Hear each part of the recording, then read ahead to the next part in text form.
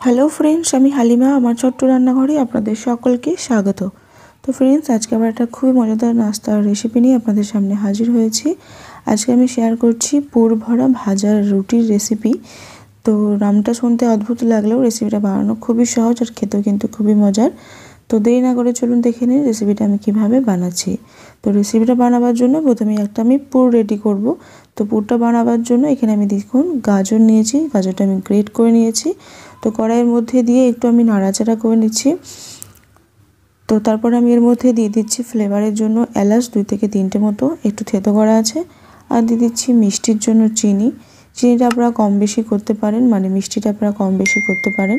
তো চিনিটা মেল্ট হয়ে যাওয়া পর্যন্ত আমি একটু নাড়াচাড়া করে নিলাম। তো তারপর আমি এর মধ্যে দিয়ে দিচ্ছি 2 চামচ মতো পাউডার দুধ আর দিয়ে দিচ্ছি 2 চামচ মতো ঘি। তো ঘি আর পাউডার দুধটা মেল্ট হয়ে যাওয়া পর্যন্ত আমি একটু নাড়াচাড়া করে নেব। তো দেখবেন খুবই সুন্দর একটা মজাদার আমাদের পুর রেডি হয়ে যাবে।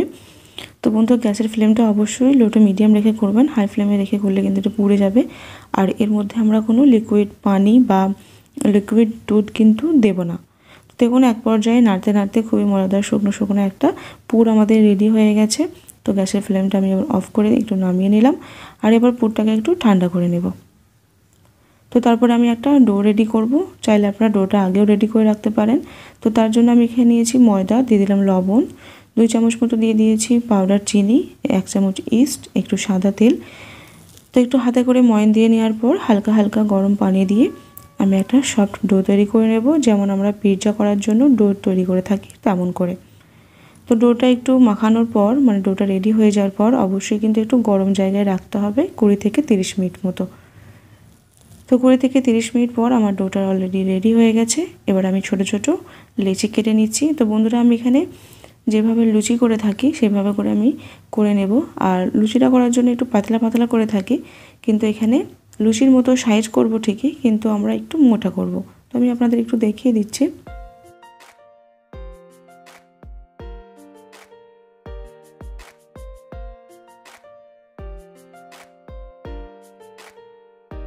তো দেখুন ছোট করে লুচির মতো করে বেলেছি, কিন্তু একটু মোটা আছে। তো আপনারা এইভাবে করে করে নেবেন।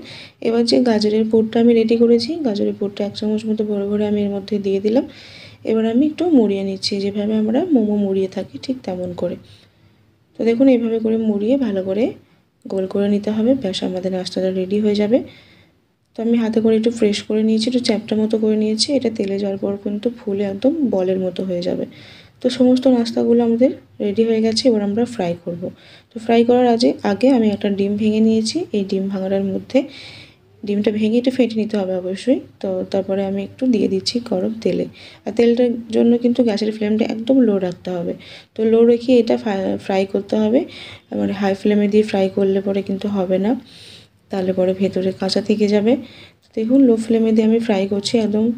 এক পর্যায়ে দেখুন একদম বলের মতো ফুলে গেছে। তো দেখুন কত সুন্দরভাবে ফুলে গেছে। তো বন্ধুরা, এইভাবে করে কিন্তু নাস্তাগুলোকে ফ্রাই করতে হবে। তো দেখুন আস্তে আস্তে লাল লাল লাল রঙ হয়ে যাবে, মানে হালকা হালকা লাল কালার চলে আসবে। তারপরেই বুঝতে হবে যে আমাদের নাস্তাটা কিন্তু রেডি হয়ে গেছে। তো বন্ধুরা, এই রেসিপিটা বানানো কিন্তু দেখেই নিলেন কতটা সহজ, আর খেতেও কিন্তু খুবই মজার হয়। বানিয়ে কিন্তু বাচ্চাদের টিফিনেও দিতে পারবেন, বাচ্চারা খুব মজা করে খাবে। আর সন্ধ্যাবেলায় তো নাস্তা হিসেবে করে খেতেই পারেন। তো অবশ্যই কিন্তু একবার ট্রাই করবেন, আর ট্রাই করে আমায় কমেন্ট করে জানাবেন কেমন হয়েছিল। আর এই ধরনের রেসিপিগুলো দেখবার জন্য আমার চ্যানেলটিকে সাবস্ক্রাইব করে রেখে দেবেন। আর ভালো লাগলে লাইক করতে, শেয়ার করতেও কিন্তু ভুলবেন না। তো দেখুন একই রকমভাবে সমস্ত নাস্তাগুলো আমি ফ্রাই করে নিচ্ছি। একদম ফুলে একদম দেখুন বলের মতো হয়ে গেছে। তো সমস্ত নাস্তাগুলো আমার ফ্রাই করা হয়ে গেছে। তো দেখুন কতটা সফট হয়েছে। সফট তো হবে, এটা স্বাভাবিক, যেহেতু ময়দার মধ্যে ইস্ট দেওয়া আছে। আর সেই কারণেই আমি গ্যাসের ফ্লেমটা একদম লো রেখে ফ্রাই করেছি। দেখুন কতটা সুন্দর হয়েছে। একটা খেয়েই একদম পেট ভরে যাওয়ার মতো একদম রেসিপি। আর যে গাজরের পুরটা আমি রেডি করেছি, এটাও খেতে কিন্তু অসম্ভব সুন্দর হয়। আপনারা চাইলে একবার বানিয়ে খেতে পারেন। রুটি বা লুচি বা পরোটার সাথেও কিন্তু খুব ভালো লাগে খেতে। তো বন্ধুরা, অবশ্যই ট্রাই করবেন এবং সাবস্ক্রাইব করে পাশে থাকবেন এই ধরনের রেসিপিগুলো দেখবার জন্য।